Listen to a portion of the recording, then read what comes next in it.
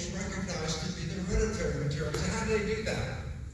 Well, Avery, McLeod, and McCormick were working with two kinds of bacteria, type R and type S.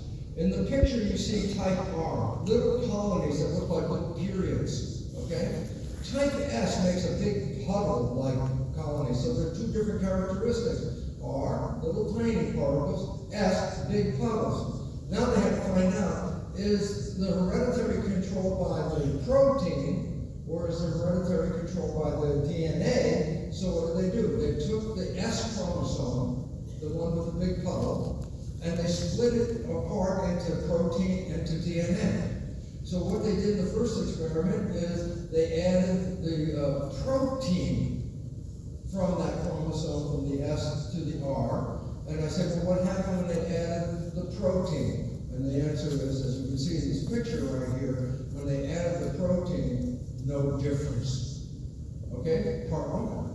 So now they said, well, maybe it's the DNA. So they take the DNA from the S type, put it in the culture with the R type, and then look what happens after they added the S DNA. Boom, it changed the characteristics. And that was the first moment in science that DNA was understood to be the hereditary material. That's how they identified it, okay? So, how does it work? DNA. We have no idea how the damn thing worked, but we knew it was the DNA. So guess what? Another, 15, 20 years later, guess who shows up? The gene is the DNA, but what's the gene? The DNA, the double helix, 1953. I remember the day it was published in the newspaper. I lived in New York at the time, and there was a tabloid that we used to get called the Daily News.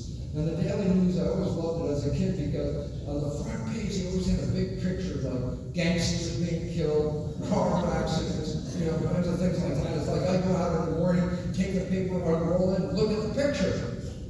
And this particular morning in 1953, I unrolled the paper. There's no picture. The first time I ever saw the Daily News, no picture. All it had in big block letters, secret of life discovered. And it was, what, from Watson and Crick. Watson and Crick, the DNA double helix. Well, it's the Me Too time of life right now, so let me give you a fact.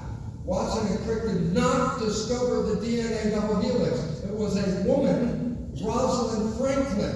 Rosalind Franklin discovered this with her work with X-ray crystallography.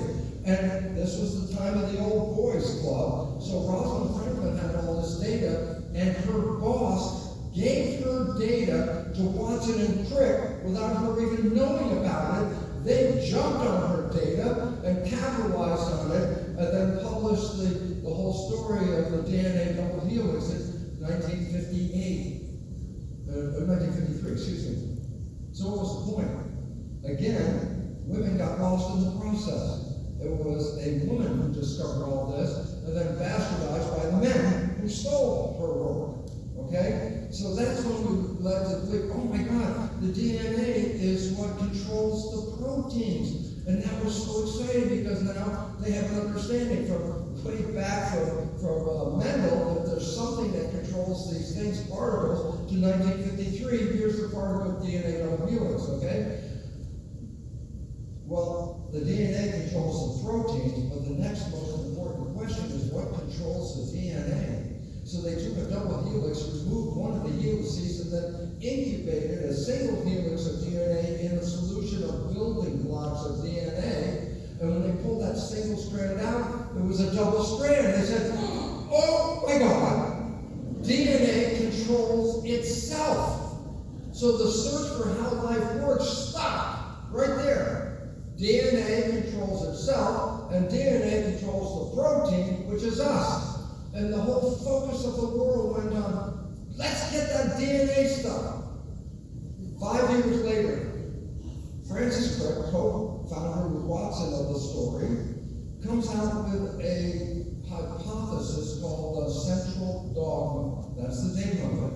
I say, what does it represent? Well, I have it like the 10 Commandments. It was so foundational biology that it was the flow of information. And this is where everything went wrong. You ready? Because it said DNA is the source of the information, It's copied into like a Xerox copy called RNA, which is a working copy of the DNA. And then the RNA is used as a blueprint to make the protein. And the most important part of the central dogma hypothesis is that the information only flows in one direction.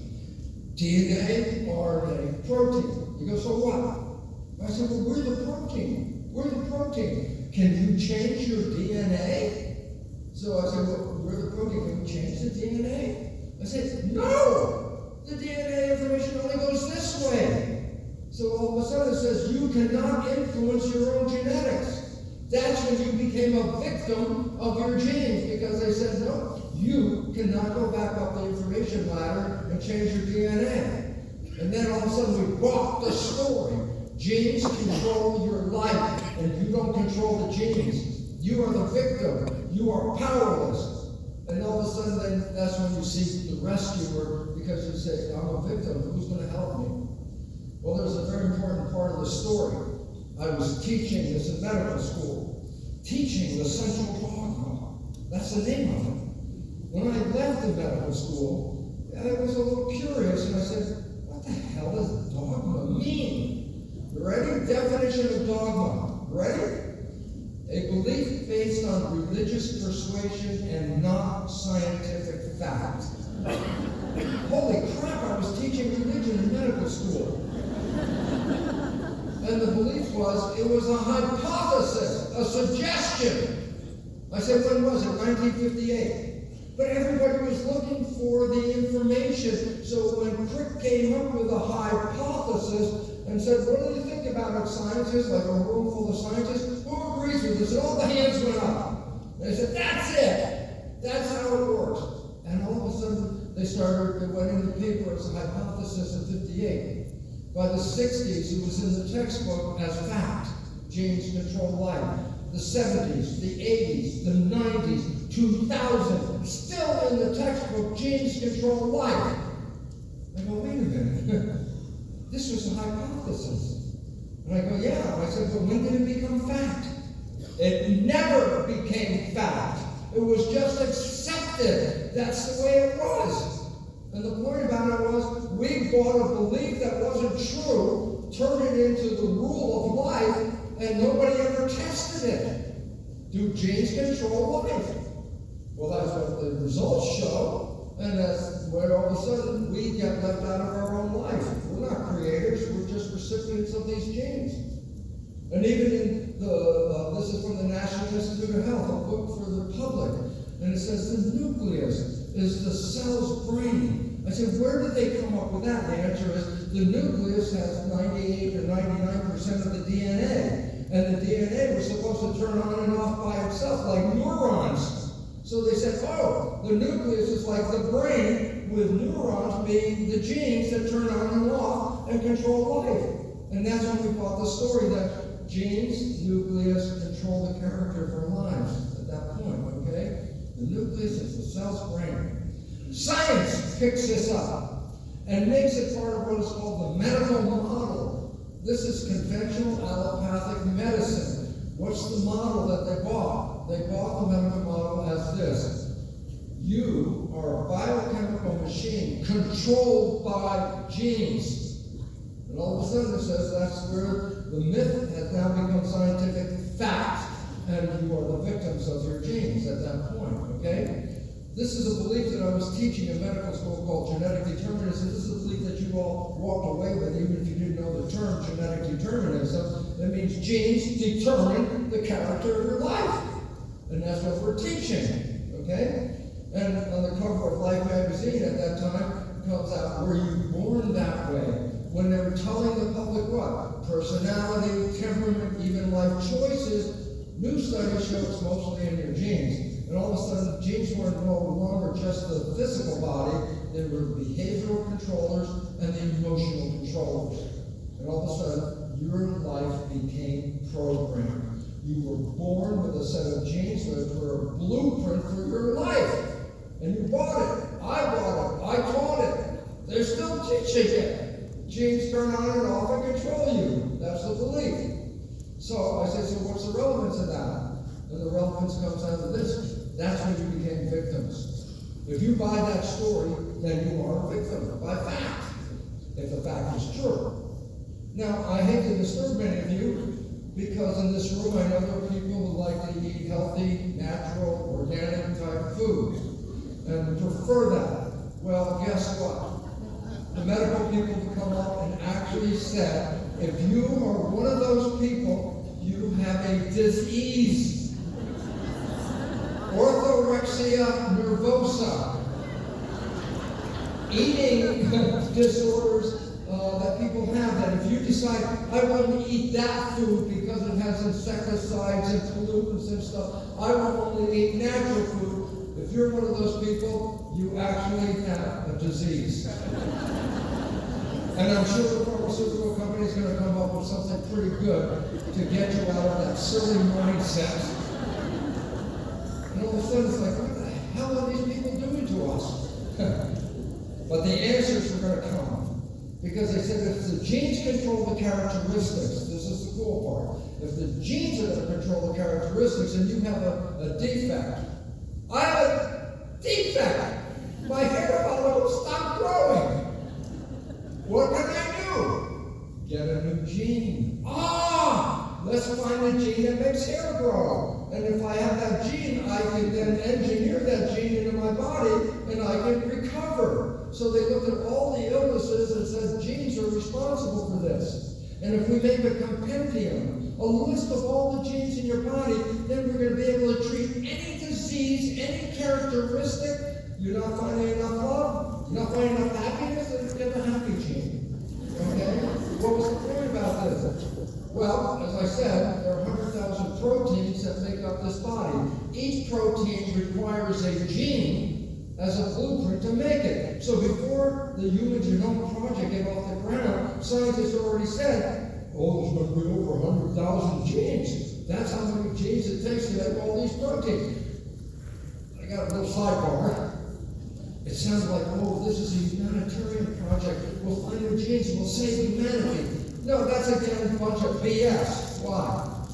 They didn't care about saving humanity. You know who promoted the Human Genome Project? The pharmaceutical companies. Why? Because if every gene is going to be a new medicine, there's going to be 100,000 new drugs when they identify all the genes. But, you know, those rich people, let's don't spend our money. Let's let the public pay for it. And then you guys put up all the money, $1 billion to do the Human Genome Project. What? To discover all those genes so we can control life. Well, big issue. They were looking for 100,000 genes, and this would make sense. So what happened? They started looking at the genes of different organisms as you go up the evolutionary tree. They said the organisms, the simple primitive organisms, they're only going to have a few genes. But as you get more and more complex organisms, more and more genes. As you get to the top, and at the top, of course, we're going to find humans. So at the bottom of the tree are bacteria. They're going to have the smallest number of genes. And as you get to the top of the tree where humans are, we're going to have over 100,000 new drugs, new genes. Okay? So the Human Genome Project gets off the ground. You don't start with the human, you start with a primitive organism. And so we're looking at complexity from simple to complex organisms, complexity of the genome. More genes. They start at the near the bottom, there's a worm called, the worm's name is this big. The worm is this big. It's called Caenorhabditis elegans. It's only got 1,024 cells in it. And I say they started with a small one because they could connect the genes to the behavior of the worm. So they complete the gene project. The first one, Caenorhabditis elegans, 20,000 genes. They go, good start. Good start. Because as we go up, there's going to be more and more genes in each organism. The next organism they tried was called the fruit fly. Why? Well, it's been 100 years of genetics on the fruit fly, so hey, let's use this one. We got a lot of data. So they do the fruit fly genome. What did you get? 17,000 genes. How can the fruit fly, which is so much more complex than a stupid little worm, have fewer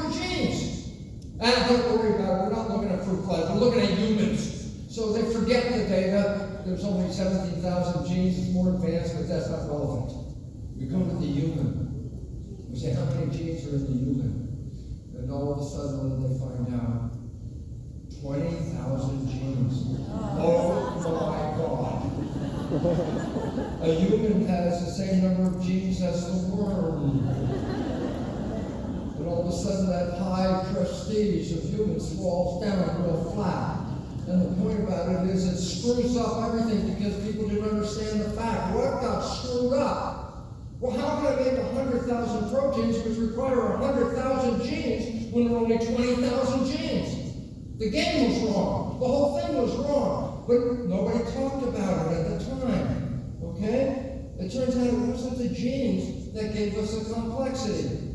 What goes up in complexity from the lower to the top is the nervous system. It wasn't Darwinian, it's actually Lamarckian that says the more advanced the nervous system, the more advanced the organism.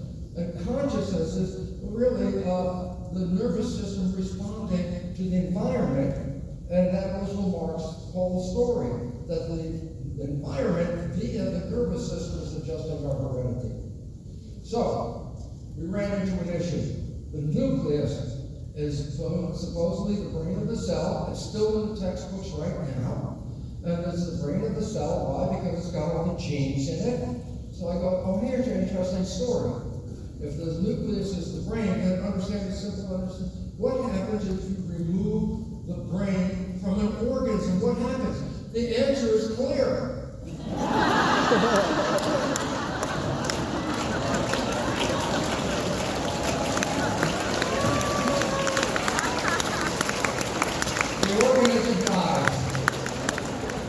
Back in the early 60s, I was at Woods Hole Marine Lab, and we were doing experiments. You know what we were doing?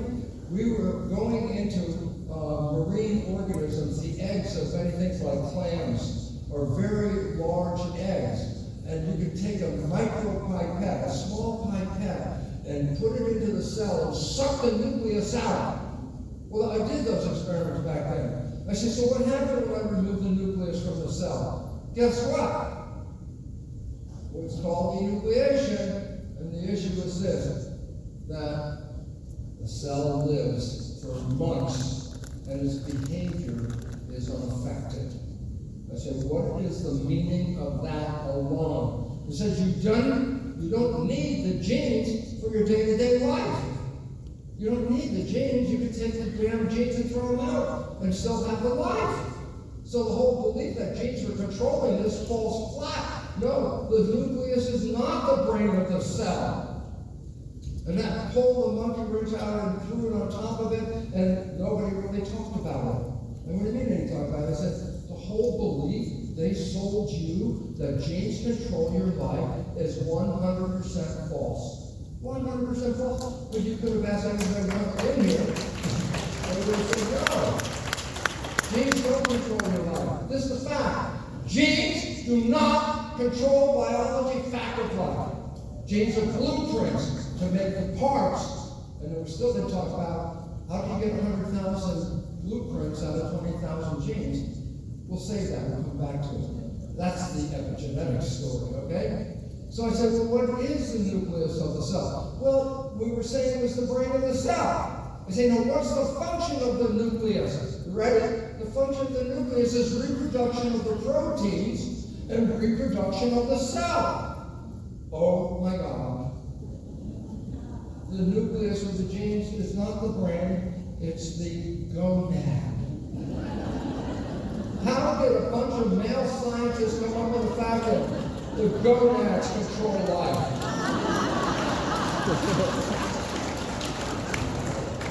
So the medical model, guess what? Completely wrong. Genes don't do that. But we built the whole damn medical profession on it. I said, so what's the significance? So I said, survey, what are the causes of death in the United States today? Number one, cause of death, cardiovascular disease. Number two, cancer. Number three, iatrogenic. What the hell is iatrogenic illness? Number three, the third leading cause of death is iatrogenic illness. You know what that is? That's Latin for death as a result of medical treatment. The third leading cause of death in the United States is the medical system.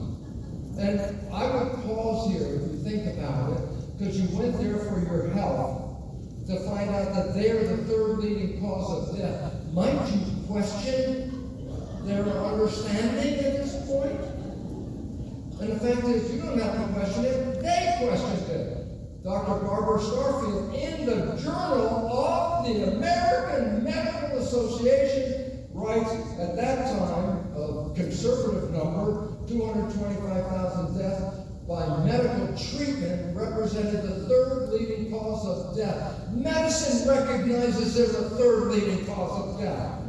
You go, yeah, but that was a long time ago. That was in 2000. Now that we're aware of that, of course, things have changed. I go, well, not necessarily. Because in the British Medical Journal in 2016, they did the same thing, the same research, and came out with what? Medical error is the third leading cause of death. And so right up to this minute, the medical system is the third leading cause of death. If you're going to trust your life with them, I would be concerned about your judgment. Okay? Now, the issue is this. Medicine does surgery. Well, that's where medicine came from. How come we have medical doctors here today? You know why? Because in the Civil War, all the wounded soldiers, what did they brought in medical people. The medical people treated wounds. That was what they did. And they had lots of medical people out there in the field treating all the wounds. And then the war ends. And I got all these medical people who are no longer treating wounds from the war. What did they do? They organized the Medical Association. And I say, what's the Medical Association? A union to support the medical doctor's profession. And all of a sudden, it wasn't a union to protect you, it was a union to give them a job after the war. Okay? The founding sponsor of all this was Rockefeller. Rockefeller created the foundation of the American Medical Association. And the reason he did that, little sneaky sidebar, the Germans were making pharmaceutical drugs out of oil. And he's the oil guy. And he said, oh my God, there's more money in selling the drugs than in selling the oil. So he sponsored the American Medical Association to what? Sell drugs. Yeah. And that's what they do, okay? Right. But the point about it is this. While they're good at surgery, they're not very good at cancer. Why? After how many dollars do you think have been spent on curing cancer since the 1930s? Billions of dollars. I said, and what have we learned with all of that research for 70 or more years? Guess what? We're still selling the drugs. I go, what was the relevance about all this? Well, why are we doing this? The answer is, it's called medicine. And I say, we gave them that character. So here's my little suggestion. If it's surgery, I have less doubt. But if it comes to cancer, diabetes, heart conditions, and all that, they're failing. They're failing so big that they're the third leading cause of death. And it's time for us to take our power back. And we understand that. So, of course, some of you have seen this book called Biology Belief, where I try to describe the nature of epigenetics and how our mind and our consciousness control our genetic activity. And I recognize, oh my God, my life is controlled by my beliefs. And I said, yeah, and I wrote the book. And as I'm writing the book, I said, what would be the consequence of the large number of people sharing the same beliefs? And it hit me. I said, oh my God. Oops, not that. Oh, it's not going to go. Okay, I'm so sorry. My slide's not working right now. 2 books came out of this book. One's called Spontaneous Evolution. I said, where did that come from? I said, that is a result of collective belief. We're creating a civilization on collective belief. And if it's a misbelief or misperception, then we're killing ourselves with a collective misperception. And spontaneous evolution is the fact that says, to change, we have to change the belief system. Don't change the world, change the belief system. Then I published a second book out of that one called The Honeymoon Effect. And the honeymoon effect is if you apply the information from biology and belief, then the simple fact is this. The result is you understand that you are the creator and that you came here to manifest heaven in your life experience. You came here for this. So, it doesn't look like heaven out there because the whole damn thing's falling apart. That is because our collective beliefs are wrong. And we need to change them. That's why it's falling down, so we can build new beliefs to build a better, thrivable civilization. That's what we're working on. So my research back in, a long time ago, back in 1967, I was cloning stem cells. Very quickly, what are stem cells? I'll give you the accurate name. The accurate name for stem cell is embryonic cell. I said, well, why did I call it that? I said, before you were born, you called it an embryonic cell. After you're born, I can't call it embryonic cell. I changed the name, stem cell. A minute before you're born, I do a biopsy, show you, and say, that's an embryonic cell, because you haven't been born. A minute after you're born, I do the same biopsy, point to the same cell, and say, that's called a stem cell. So I want you to know, stem cells are embryonic cells. I say, why do I have them in my body? And the answer is, your body is made out of 50 trillion cells. That number is so big, it's astronomical. I can't even, I can say, hey, 50 trillion cells. Oh, we gave $40 billion to here, and now we have $1 trillion here. Everybody's, yeah, $1 trillion, billion. If you wanted to count to $1 trillion, it'll take you 1,000 years counting day and night. It's a number so big. If you took $1 trillion $1 bills, lined them up end to end, they would go back and forth between the earth and the sun 5 times. That's how much a trillion is. So, 50 trillion cells. But every day, cells die from just aging or damaging, and you lose, now again, a big number. Every day, you're losing hundreds of billions of cells. As a matter of fact, every second, you're losing 1 million cells. Just every second. Oh, I'm sorry I held you here long enough that you've already lost hundreds of millions of cells. But the idea is you're still here. And I say, how can you still be here if you're losing cells at that rate? The answer is you have stem cells, embryonic cells to replace the dying one. Do you have stem cells? I answer the question for you quickly. Of course you do. You're here. If you didn't have stem cells, you would have died a long time ago. So we all have stem cells, multi-potential. I take one stem cell, put it in a culture by itself. This is called cloning. And I put that one cell in a dish. And it divides every 10 or 12 hours. First it's one cell, then 2, 4, 8, 16, 32, 64, blah, blah, blah, blah, blah, blah, blah. A week later, 30,000 cells in the petri dish. I split the cells into 3 different dishes. All dishes have genetically identical cells in them, but I changed what is called the culture medium composition. Come back to that in a minute, most important word. I changed the chemistry of the culture medium. That's what we grow cells in. The environment of cells, culture medium. I made 3 different versions of culture medium. And in one dish, the cells formed muscle. In a second dish, with a different culture medium, the cells formed bone. In a third dish, with different culture medium, the cells formed fat cells. I'm doing this when I'm teaching in the medical room. Genes control life. Come into the laboratory and go, no, they're all genetically identical. What made the difference between them? The environment made the difference between them. I go, so why is there an elephant here? And the answer is this. What is culture medium? This, you ready? The laboratory version of blood. You go, so what? I go, guess what? The culture medium environment, the blood equivalent, controls the genetics of the cells. I go, that's interesting. I go, wait, you are a skin-covered petri dish.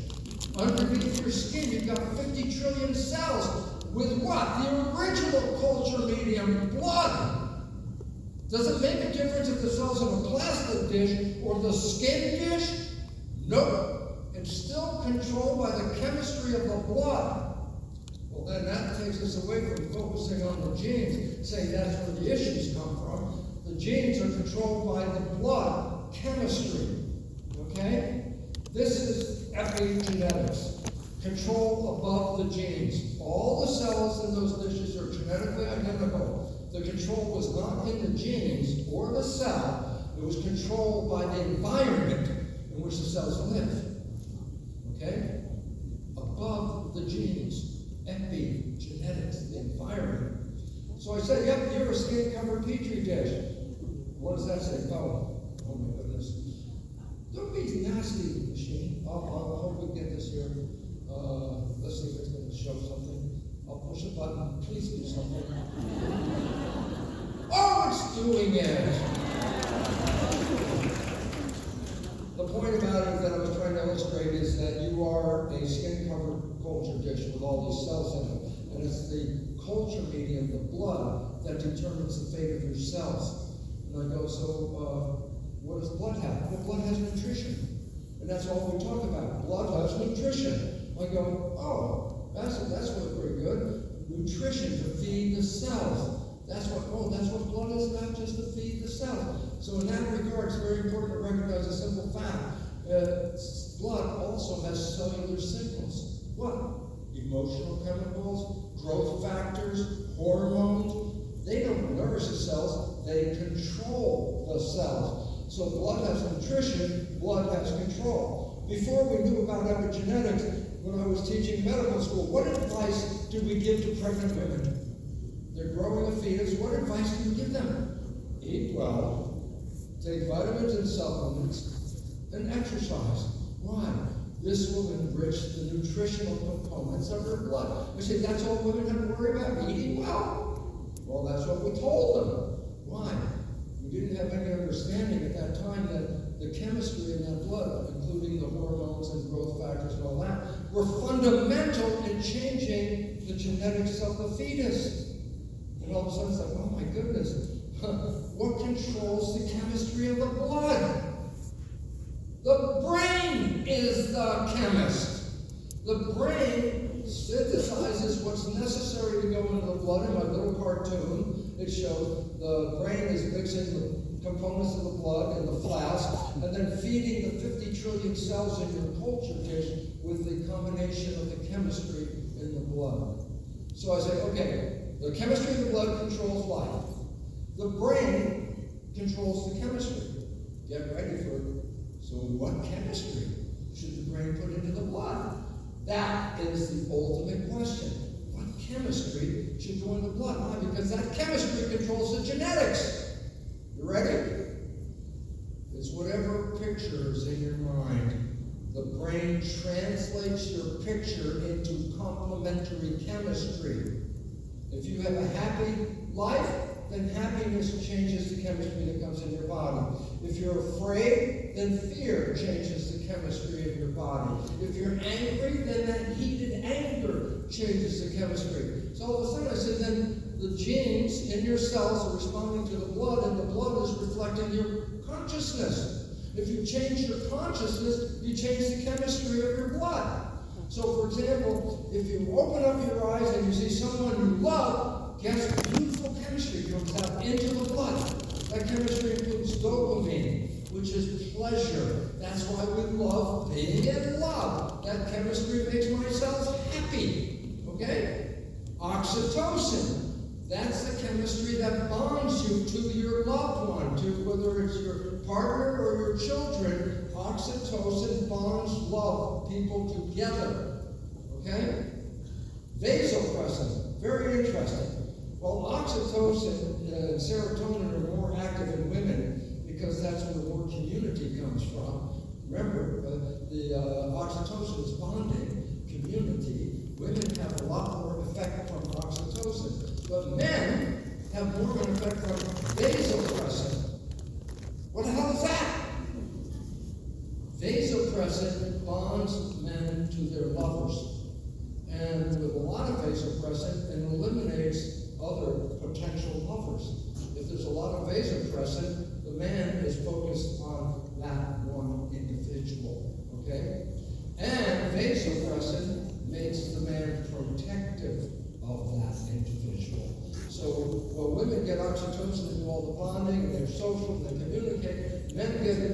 taking care of this, I'm in charge, and I'm going to take care, I'm going to protect him. And then the most important chemical that comes from love is called growth hormone. And I say, well, what is it? I said, the name is exactly what it is. The hormone promotes your growth, your health, your vitality. Oh, wait, but I'm an adult. Do I need to grow? Ready? I already told you, but I'll bring it back.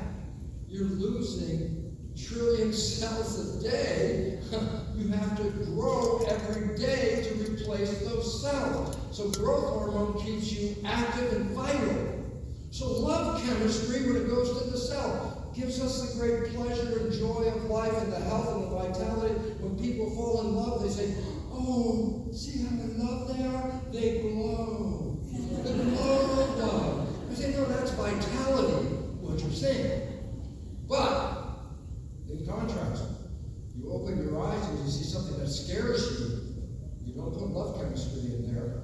In fear, you release stress hormones. You release factors that change growth into protection. You release factors that shut down the immune system. And all of a sudden I say, oh my goodness. Then the chemistry of the blood, which controls the fate and genetics of the cell, is based on the picture you hold in your mind. And if you live in fear and anxiety, you are killing yourself with chemistry. You're shortening your lifespan. You want to live long? Then live in love, because love is the vital chemistry that enhances. I say, so how does it do it? I already told you. The brain translates those experiences into complementary chemistry. The chemistry goes to the cells and controls the genetics. Your thoughts are controlling your genetics. You don't like the way your life is going? Don't change your body, change your thoughts. That's so much easier. And you don't have to buy pharmaceutical drug. It's really much easier.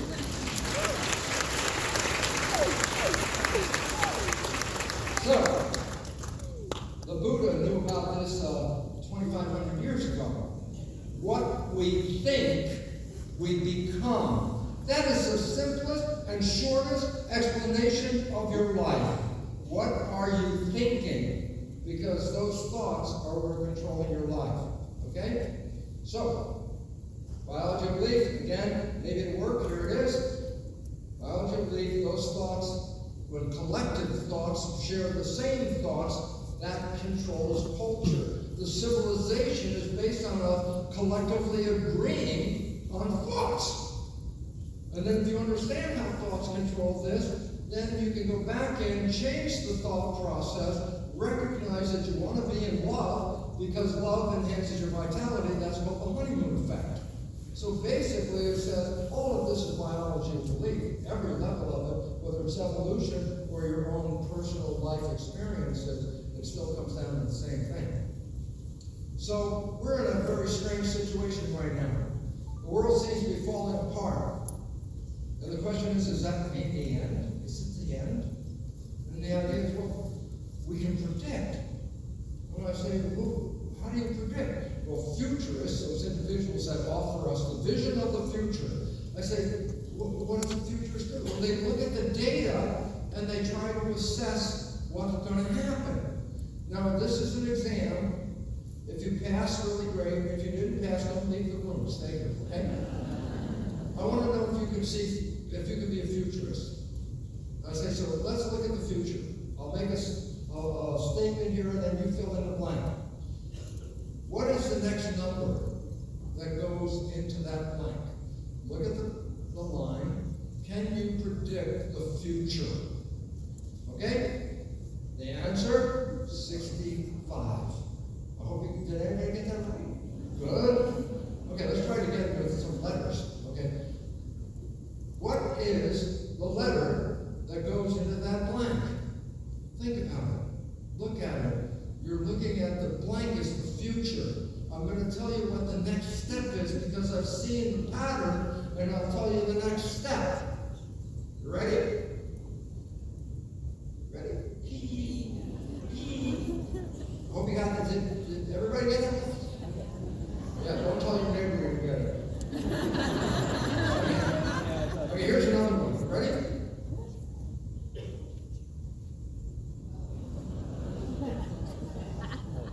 Okay, I don't want yourselves. That's a random bunch of numbers.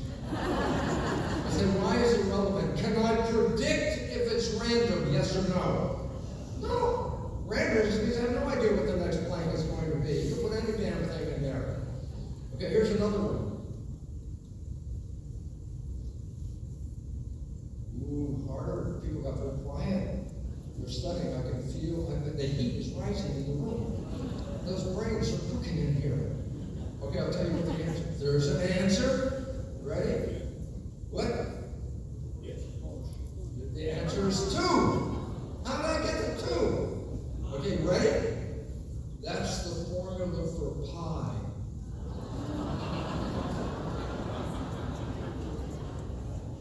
So now there's a couple of clear things from this thing alone. If you can see a pattern, you can predict a next step. If you can't see a pattern, the next step is a random guess.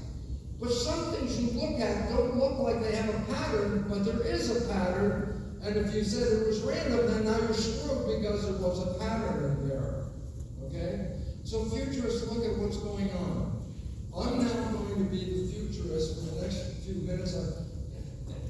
How many 34 minutes left? What time do you got? 10:30? Let's go fast. Okay? Okay. Civilization, as we know it, is about to end. That's a fact. But it's interesting because when one civilization ends, the new one always begins. If we look at Western civilization over time, guess what? Civilizations have come and gone at a periodic rate. First, it was animism, the indigenous people of the planet, Native Americans, First Nation people, Aborigines, Druids. These are the original people, okay? And then they gave rise to what's called polytheism. Many, many gods, Greeks, Romans, Egyptians. And then those gods got narrowed down to one god, that was called monotheism. That's a new civilization. Actually ended with Charlie Darwin, okay? Because that's when science took over the belief system. And so as one civilization is coming to an end, another one is coming up, and we are at the end of the conventional scientific materialism culture. It is dying, it's on its way out, and guess what? You are the cultural creatives of the next one coming right now. You are powerful creators for the future of our world. Now comes the fun part. Was there a pattern in any of this? I go, there is absolutely a pattern. And if you understand the pattern, then you understand evolution. So I'm going to put 2 colored, what are called gradients. This is a yellow gradient, white at the bottom, but as you go up higher and higher, it gets more and more yellow. Okay? And I'm going to call that the spirit gradient. If you're up in the deep yellow, you're very, very spiritual. If you're down at the white level, not much spirit at all. But next to it, I'll put another gradient. Again, in the white, 0 spirituality. In the darkest yellow, 100% spiritual. Okay? The next gradient is matter, materialism. It's reverse gradient. You start at the top, you don't believe that materialism is relevant in this world. But as you go down and it gets darker and darker blue, when you get to the bottom, you believe materialism is everything. Does that make sense? Okay? So again, it's the reverse of the first one. Okay? But I want to make it simple, so I'm going to bring those 2 together and merge them together. And at the top, if you're in the yellow, you're a civilization that focuses on spirituality. If you're at the bottom in blue, you're a civilization that focuses on materiality. Okay? And I say we can plot each civilization based on their relationship to spirit and to matter. So I start off with a very simple one. I say the first one, the indigenous people, animism. And I say, how do I know where they stand? This is the critical assessment. It's called the perennial questions. They've been asked for 10,000 years. Humans have asked the very same 3 questions. How the answers to those questions show up determine the character of a civilization. Okay? So the first question is, how did we get here? The second question is, why are we here? And the third question is, how do we make the best of it? If we go back, we can see each civilization has different answers. And when the answers change, this is the most critical part if I run out of time, if the answers change, so does civilization. Okay? So let's go back. This is called the basal paradigm, the fundamental blueprint of life. Okay? We go back 10,000 years ago, we have, for example, the Native Americans. I say, what was their belief in the chart? Well, I say, if you look at the chart, they're at the balance point. Why? They believed that everything that was made out of matter was also spiritual, 50-50. If you were going to cut a tree down, you don't cut the tree down until you pray to the spirit of the tree. If you're going to go hunt the buffalo, first you pray to the spirit of the buffalo before you do the hunt. Always connecting matter and spirit at the same time, 50-50. Okay? But over time, spirituality became more important than materiality. But in the beginning, perennial questions, how did we get here? Animism, ready? Mother Earth and Father Sky. Oh, that sounds so poetic. But the truth is, it's true. How did we get here? I say, your organic material, organic chemistry. The Earth before there was life was inorganic chemistry. Where did organic chemistry come from? And the answer is photons of light hitting inorganic chemistry enlightened that matter, and that's it. Photons hit inorganic chemistry, turn it into organic chemistry. Okay? So over time, Mother Earth provided the foundation in organic chemistry. Father Sky gave us the photons that activated it and turned it into organic chemistry. Okay? Why are we here? To tend the garden. Damn it. They saw that. They said, let's go out there and take care of this place. Why? It's a garden, and we are gardeners in this. How do you make the best of it? Live in balance with nature. I say, that was cool. That was what it was all about. But times changed. And all of a sudden, we got to be polytheistic. Oh my goodness, there's a whole bunch of different gods. They live on the planet somewhere, but they're all different gods. There's a god of water, there's a god of plants, there's a god of this and a god of that. And this is called polytheism. I say, well, what are the beliefs in polytheism? So I go back to the chart, and guess what? They're more focused on spirit than matter, so they start to go up into the spiritual realm. They're more concerned about spirit than matter. And I go, so what were their belief systems? How did they answer the basic question? And the answers were not animism, but in polytheism. Here are the different answers. How did we get here? We came from chaos. We go, oh, what? I said, guess what? Absolute science. What do you mean science? The Big Bang. When the universe collapsed the energy and started to make matter that came from chaos. So they're both right, the animists and the polytheists. And the question is, how do you, what are we here for? And why are we here? The polytheists just said, it was chaos, and here's how we got here. Okay? But then how do you make the best of it? And this is really critical. And the answer was, don't anger the gods.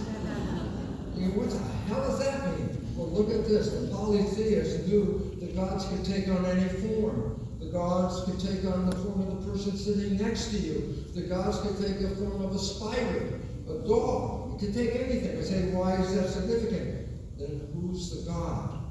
You don't know who's the god? Then be nice to everybody. You'll never know if you'll offend a god. So the whole meaning was, don't anger the gods, be friendly, take care of the spider, take care of the person sitting next to you, no anger involved. Okay? Well, that was pretty cool. And then things changed once again after we created the basic philosophy that has shaped our world. There are two philosophical polarities that came out of the Greeks. One is Democritus. We don't know necessarily his name, but he's the guy who coined the word atom.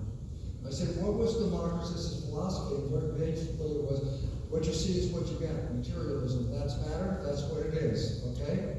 Atoms are the uncuttable, that's what in Greek, atom, uncuttable, the smallest physical pieces of the universe. Between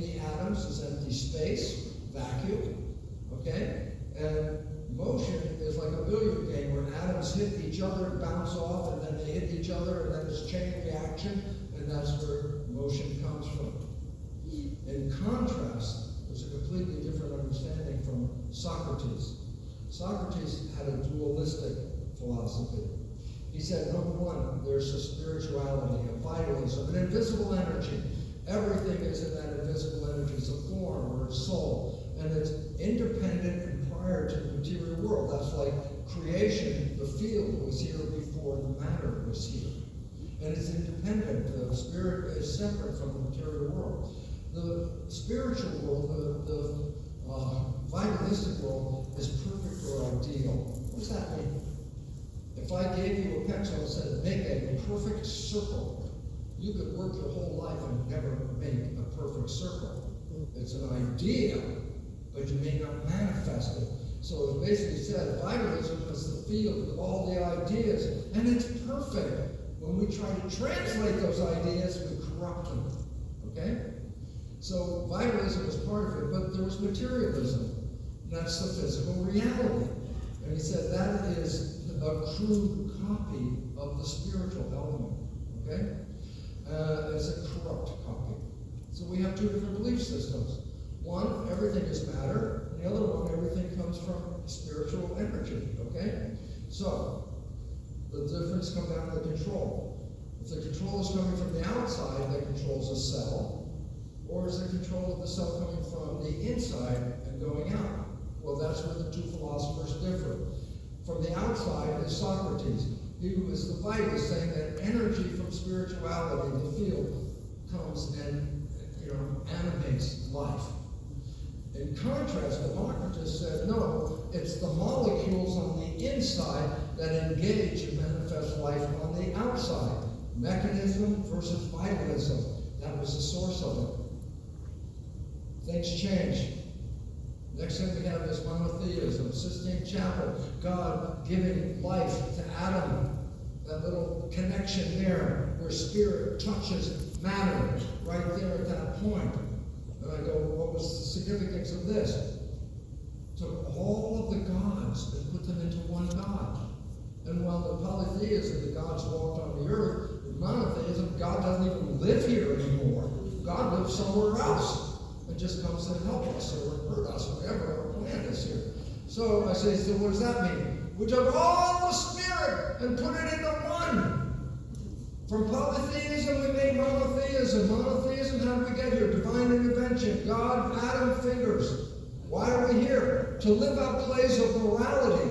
Meaning, are you worthy? This is the whole question that religion offered you. Are you worthy enough to go to heaven when you die? And all of a sudden, you start getting judged by whether you're worthy enough based on the religious dictum. Okay? And how do we make the best of it? The laws of the Bible. Follow the Bible, and you will be able to go to the beautiful afterlife somewhere else. Okay? And this is the perennial questions. They had science, and this is the beautiful part. Remember I said Democritus was the materialist, and I said Socrates was the spiritualist? What did they do? They took the science of Socrates via Plato and Aristotle, students down the line. It was Aristotle who took all those ideas of science and added God to them, and it became what was called natural theology. Natural theology is God is in the physical world. Okay? So I say, so what is the consequence of this when monotheism came in? Well, we had two philosophies before monotheism, but after monotheism, guess what? One of them disappears because religion adopts Socrates, and Democritus is lost from the picture. The material world is not relevant. That's why on the chart, monotheism is way up at the spiritual end. It says matter is damning. And that's why the church wanted to help you. It said matter is damning you, so give us all your matter. And it took all that damn stuff off our hands. Okay? So, we go back and I say, well, monotheism came up to the top. Everything was spiritual. But Protestants came in because they found out, yeah, you were being manipulated. And matter is not necessarily bad. Matter of fact, God might gift you with matter if you're good. Now, matter all of a sudden goes from being evil to it might be very, very good to have that. Okay? So let's look what happened. Monotheism took us up to the top. The Reformation took us back toward matter again, saying matter wasn't as evil as you said it was. Okay? It didn't change the paradigm. It was still the same Christian paradigm. But it introduced somebody new. Nicholas Copernicus. I got to talk fast now, so watch now. Here goes the fast one. Okay? The church started losing business. It is business who shows up at the church. They pay to go to the church. Okay? But when the Protestants came in, a lot of people stopped going to the church. But the church leaders knew one thing. People love ceremonies. People love festivals and holidays.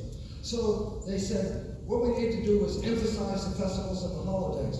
Now there's a problem there, because dating them is difficult. Some holidays are the same day every year. Some holidays are based on the moon cycle. Well, the sun cycle and the moon cycle don't line up. And that's where the problem came. How can I predict something like Easter, which is based on the moon cycle, versus Christmas, which happens every year on December 25th. They couldn't understand how to predict the future on this. So they called Copernicus in. They said, you are a priest, you are also an astronomer and a science person. Tell us how we can get the dates right for the holidays. So Copernicus goes back to his lab, starts trying to work on it. Now here's where the monkey wrench is. According to the infallible knowledge of the church, the earth is the center of the universe. That means everything moves around the earth. The sun moves around the earth, the planets move, the stars move around the earth. So when he tried to use that kind of data to plan what the dates are, using the earth as a center and everything moving around it, it didn't work. He couldn't come up with it. But he went back to the age of Ptolemy, the Egyptians and Polytheists. And Ptolemy said, no, the sun is the center of our universe. So he put the data in, and lo and behold, then he was able to calculate accurately all of the festivals, the yearly ones and the ones based on the moon cycle. And he went back to the leaders. He says, I got it! I can tell you what. Oh, Copernicus, so wonderful. How did you do it? Well, I had to do one thing. I had to take the earth from being the center of the universe and put the sun in the center. Heresy! Heresy! It violated what? The infallible knowledge was wrong. How can it be infallible if it's wrong? But they loved the dates. So they gave him a little thing. They said, we're going to use your dates, but you're not allowed to tell anybody how you got these dates. So he broke the infallible character of the church in this book on the revolutions of the heavenly spheres.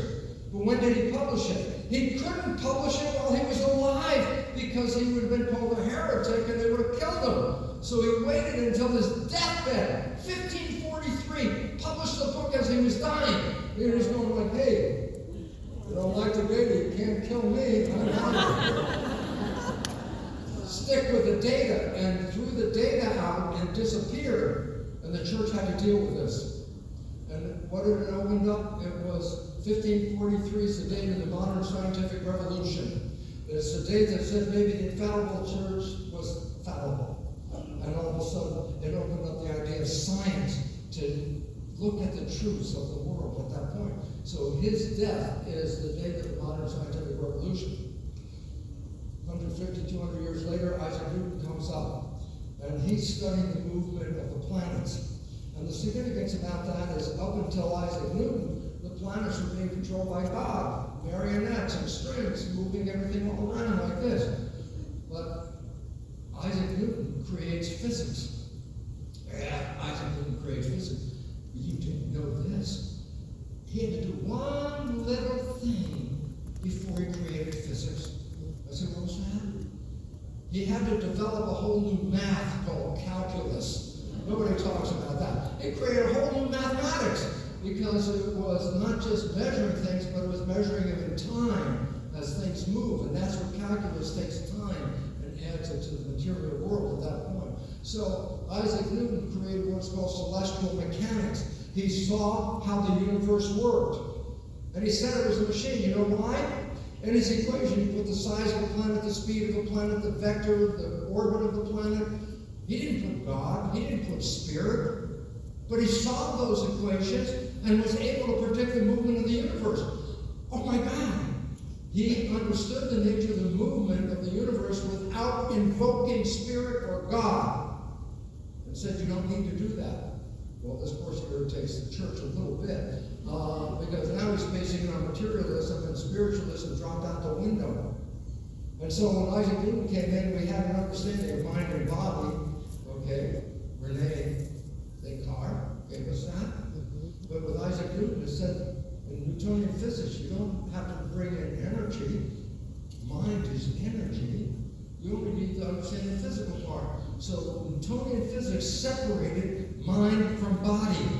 And science left mind out of itself because it said that's an energy. It has nothing to do with the physical body. Matter and energy don't interact with one another. And this is what separated science from religion. They said, okay, religion, you can talk about that invisible spiritual stuff. We don't care because in the physical world, I don't need to have that for an explanation. And this is what separated what? Physics from metaphysics.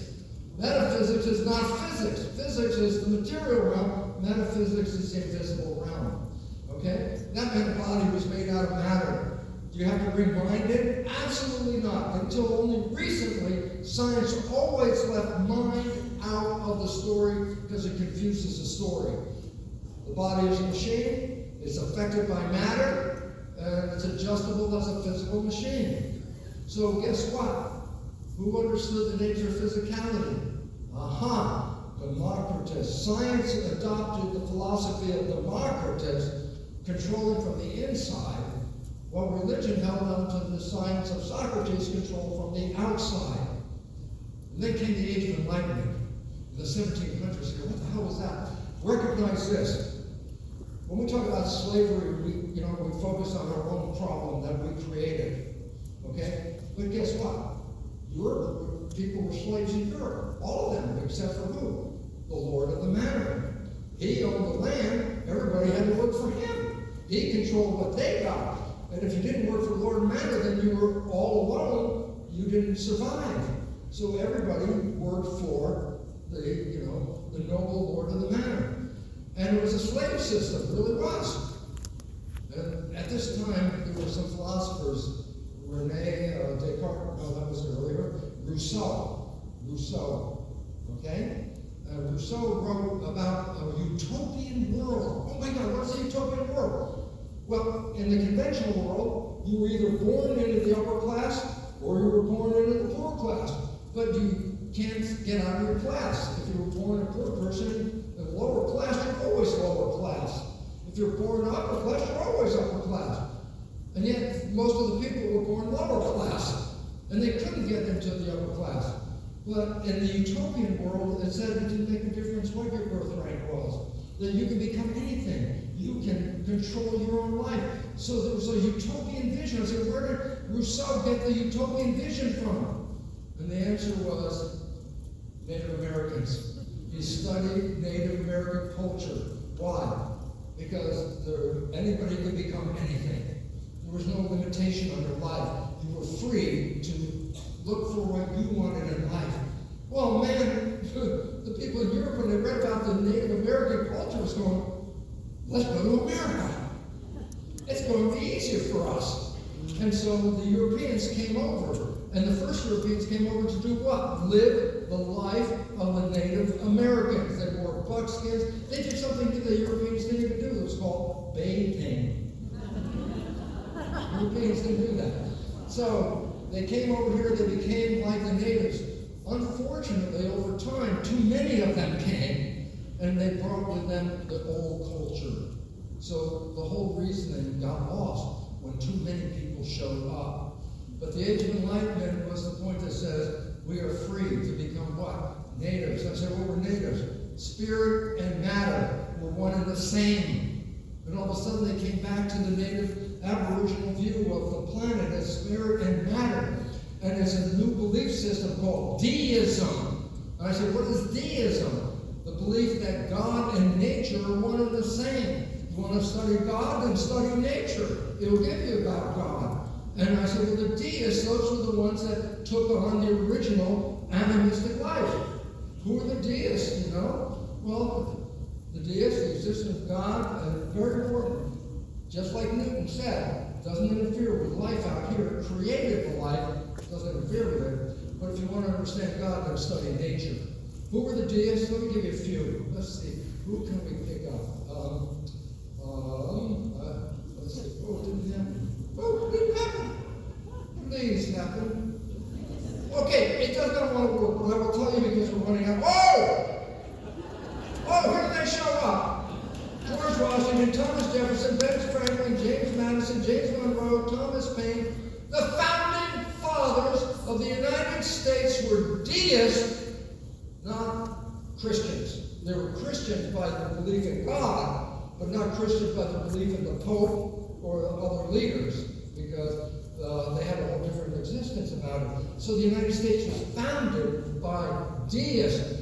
And those people that said, take us back where the church runs this place. I said, the church never ran this place. We were separate from the church. Religion and citizens of the country are separate from the church. Okay?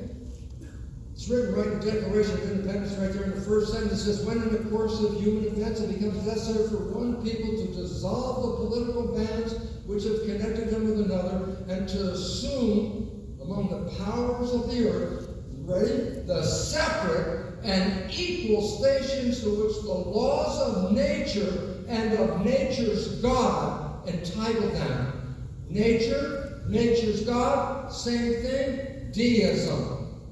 The Declaration is a deist piece of paper right here. It says nature and God, boom, come together here. Okay? So, Mother Earth, Father Sky. Oh my goodness, yes, we copied the Native Americans again, because they were the teachers of the founding fathers. All of them were connected to Native Americans and took their philosophy. But things changed. Darwin comes in with his 1859 The Origin of Species, and all of a sudden I said, what does that mean? I said, well, we were balanced with deism, but when Darwin came in, scientific materialism took over the paradigm. I said, look where the lines are. We went from spirituality, but we went from spirituality and we got to everything spiritual, then Reformation less, deism less, and boom. We end up in today's civilization based on scientific materialism. What about spirituality? Not relevant. Today's world, spiritual, not relevant. Scientific materialism. I say, so monotheism, which was still in the background, changes to scientific materialism, the current version. How did we get here? Random mutations. Oh, accidents of genetics. Oh, okay. Why are we here? Hey, random mutations. Accident. No reason for us to be here. How do we make the best of it? Prior, the laws of the Bible. Today, the laws of the jungle. Whoever's the badass guy, that's the leader. The strongest one, who's got the biggest club, that's the leader. Has nothing to do with spirituality, has everything to do with materiality. Okay? So now in 6 minutes, what are we going to find out? We're going to find out that the church took the Socrates spiritual aspect. Okay? And then science brought in the material aspect. Then Darwin comes and says it's all the material aspect and spiritualism is not relevant. So guess what? Once we adopted the science that we have in today's world, religion drops out the window. Why? Hey, what kind of genes do you have? What kind of chemistry you got? All these physical things like that, okay? So, the DNA then shows up and they say, that DNA is the physical expression of scientific materiality. You are DNA. Don't bring God in, not necessary to do that, just bring the genes in. Okay? And then I say, then what? Well, I go, then we reach the full bottom line. Matter down to the point I can tell you what the matter is. It's DNA. No spirituality. DNA, down at the bottom. Human Genome Project, need 100,000 genes. So after 1953, when we knew the genes were the big deal, the human genome was to identify the number of genes, and guess what? The failure to show 100,000 genes threw a monkey wrench in scientific belief, because I needed over 100,000, all I got was 20,000. And all of a sudden, when the genome started to show up, people lost faith in the medical system. Why? It's the third leading cause of death. And all of a sudden, I say, they started pulling out of the material realm saying there's more. I said, what is more than that? And the answer is, well, we only found 20,000 genes instead of 100, then the belief system collapsed. Oops. Scientists were caught with their genes down. But then what happened? By the time the Human Genome Project came in, 50% of Americans would seek healing from alternative healers. 50%. What does that mean? Energy healing, spiritual healing, the invisible healing. That's where the power comes from, not the material. It's the energy that shapes matter. I'll give you a quote that was big time on Monday from Einstein. The field, and I use the word field here to represent the energy that is bathing us right now. You're in a field. There are cell phone broadcasts, television broadcasts, radio broadcasts, solar energy, all kinds of energies that you're in right now. Listen to the quote. The field is the sole governing agency of matter. What does it mean? Spirituality controls matter. Consciousness, spirituality controls matter. And if you understand that, then we can control our lives again. So, I leave you. Where do you think the next evolution is going to happen? Where do you see a pattern? Boom! We're going back to the midline. The midline, balance, spirit, matter. We are both. You are a spiritual entity in a physical reality. And this is our future, right here. We're breaking down the material world, getting away from that medicine, pharmaceutical crap, and start recognizing your beliefs are controlling your life. Your beliefs are consciousness. Consciousness is not material. Consciousness is a process of energy. You are a field and you're reading a field. No two people read the exact same field. That's why each of us has a different reality. Each of us is receiving a different station. Think about it, a radio with a broad band there where you turn the dial and you go from one station to the next station to the next station to the next. They're all energy, but they're different frequencies. Each one of you has a different frequency than the person sitting next to you. No two people are coming from the same energy field. But collectively, what do you think all of us represent? God. Each of you is a piece of God. And when we understand who we are, we can take that God creation stuff that we have and manifest the most beautiful life on this planet.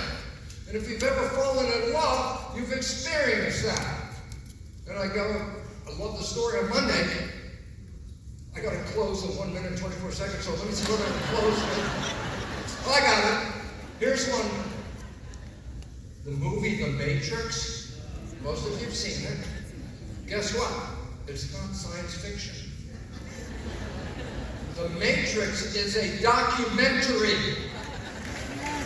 You were all programmed. Every one of you were programmed from the last trimester of pregnancy through age 7.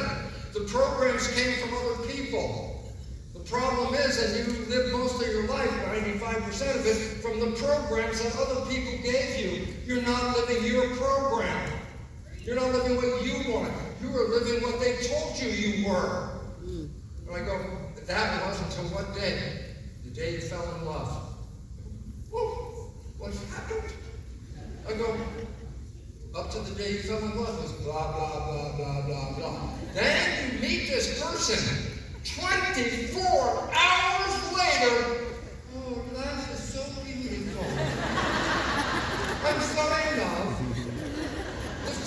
great, the music's great, I love being in love, and it's called the honeymoon. What the hell do you think the honeymoon is? Heaven on earth. It was here, and you have it. The only thing in your way is your program.